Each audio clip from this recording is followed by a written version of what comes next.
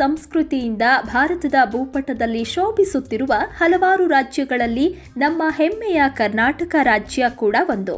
ವಾಸ್ತುಶಿಲ್ಪ ಲೋಕಕ್ಕೆ ನಮ್ಮ ಪೂರ್ವಜರು ನೀಡಿದ ಕೊಡುಗೆ ಅಪಾರವಾದುದು. ಪ್ರತಿಯೊಂದು ಊರು, ಪ್ರತಿಯೊಂದು ಜಿಲ್ಲೆಯು ತನ್ನ ಒಡಲಾಳದಲ್ಲಿ ಅದೆಷ್ಟೋ ಗುಡಿ ಗೋಪುರಗಳನ್ನು ಹುದುಗಿಸಿಟ್ಟುಕೊಂಡಿದೆ ಎಂದು ಬಲ್ಲವರಾರು. ಬನ್ನಿ, ಇವತ್ತಿನ ಸಂಚಿಕೆಯಲ್ಲಿ ವಾಸ್ತುಶಿಲ್ಪಕ್ಕೆ ಪ್ರಸಿದ್ಧಿಯಾದ ಸೂಡಿಯ ಜೋಡು ಕಳಸ ದೇಗುಲವನ್ನ ದರ್ಶನ ಮಾಡಿ ಈ ದಿನವನ್ನ ಪ್ರಾರಂಭ ಮಾಡೋಣ.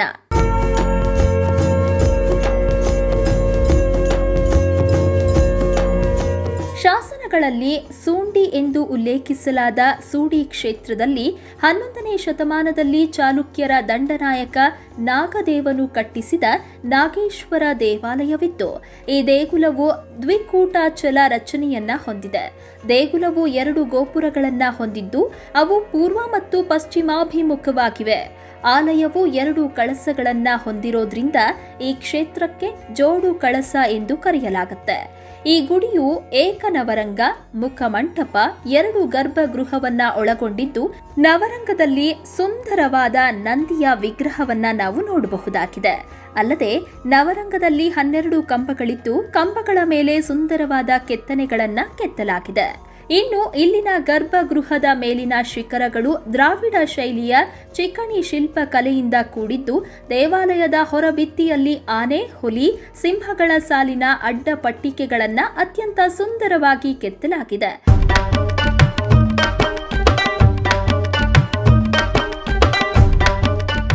ಈ ಆಲಯದಲ್ಲಿ ನಾಗೇಶ್ವರನ ಜೊತೆ 11 ಅಡಿಯ ಬೃಹತ್ ಚತುರ್ಬಾಹು ಗಣೇಶನ ಮೂರ್ತಿಯನ್ನ ಪ್ರತಿಷ್ಠಾಪನೆ ಮಾಡಲಾಗಿದ್ದು ಈ ಗಣೇಶನ ಮೂರ್ತಿಯು ನೋಡುಗರನ್ನ ಮಂತ್ರ ಮುಗ್ಧರನ್ನಾಗಿ ಮಾಡುತ್ತೆ. ಈ ಕ್ಷೇತ್ರದ ಪ್ರಮುಖ ಆಕರ್ಷಣೆ ಏನಂದ್ರೆ ಅದು ಇಲ್ಲಿ ನಿರ್ಮಿಸಿರುವ ನಾಗರ ಬಾವಿ ಅಥವಾ ರಾಸಬಾವಿಯಾಗಿದೆ. ಈ ಬಾವಿಯ ತಳಭಾಗದ ಸುತ್ತಲೂ ಮೆಟ್ಟಿಲುಗಳಿದ್ದು ಬಾವಿಯ ಮಧ್ಯದಲ್ಲಿ ದ್ವಾರ ಮಂಟಪವನ್ನ ನಿರ್ಮಿಸಲಾಗಿದೆ.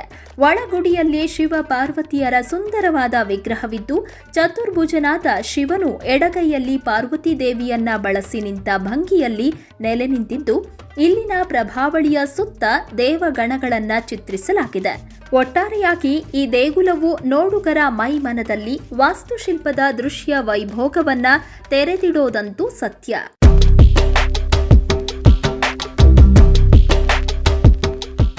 ಜೋಡು ಕಳಸ ಎಂದೇ ಖ್ಯಾತವಾಗಿರುವ ಈ ದೇವಾಲಯವು ಗದಗ ಜಿಲ್ಲೆಯ ಸೂಡಿ ಎಂಬ ಪುಟ್ಟ ಗ್ರಾಮದಲ್ಲಿದ್ದು ಈ ಕ್ಷೇತ್ರವು ಹುಬ್ಬಳ್ಳಿಯಿಂದ 100 ಕಿಲೋಮೀಟರ್, ದಾವಣಗೆರೆಯಿಂದ 170 ಕಿಲೋಮೀಟರ್, ಬೆಳಗಾವಿಯಿಂದ 187 ಕಿಲೋಮೀಟರ್, ಗದಗದಿಂದ 55 ಕಿಲೋಮೀಟರ್, ಗಜೇಂದ್ರಗಢದಿಂದ 12 ಕಿಲೋಮೀಟರ್ ದೂರದಲ್ಲಿದೆ.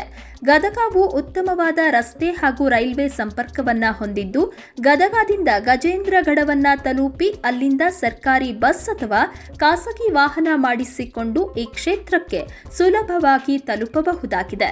ಸಾಧ್ಯವಾದರೆ ನೀವು ಒಮ್ಮೆ ಅದ್ಭುತ ಕೆತ್ತನೆಗಳಿಂದ ಕೂಡಿದ ಈ ದೇವಾಲಯವನ್ನ ದರ್ಶನ ಮಾಡಿ ಪುನೀತರಾಗಿ ಅಂತ ಹೇಳ್ತಾ ಇವತ್ತಿನ ಧರ್ಮ ದೇಗುಲ ದರ್ಶನ ಕಾರ್ಯಕ್ರಮವನ್ನ ಮುಗಿಸ್ತಾ ಇದ್ದೇವೆ.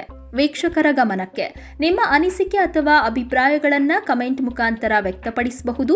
ಹಾಗೂ ನಿಮ್ಮ ಸುತ್ತಮುತ್ತ ಇದೇ ತರಹದ ಅದ್ಭುತ ದೇವಾಲಯಗಳಿದ್ದರೆ ಅದರ ಸಂಪೂರ್ಣ ಮಾಹಿತಿಗಳನ್ನು ನಮಗೆ ಇಮೇಲ್ ಮುಖಾಂತರ ತಿಳಿಸಬಹುದು. ನಮ್ಮ ಇಮೇಲ್ ಐಡಿ inspiredkannadachannel@gmail.com. ಮುಂದಿನ ಸಂಚಿಕೆಯಲ್ಲಿ ಮತ್ತೊಂದು ವಿಶೇಷವಾದ ದೇಗುಲದ ಮಾಹಿತಿಯೊಂದಿಗೆ ನಿಮ್ಮ ಮುಂದೆ ಬರ್ತೀವಿ. ಈ ವಿಡಿಯೋ ನಿಮಗೆ ಇಷ್ಟವಾಗಿದ್ದಲ್ಲಿ ದಯವಿಟ್ಟು ನಮ್ಮ ಚಾನೆಲ್ನ ಸಬ್ಸ್ಕ್ರೈಬ್ ಮಾಡಿ ಹಾಗೂ ಬೆಲ್ ಬಟನ್ನ ಕ್ಲಿಕ್ ಮಾಡಿ. ವಂದನೆಗಳು.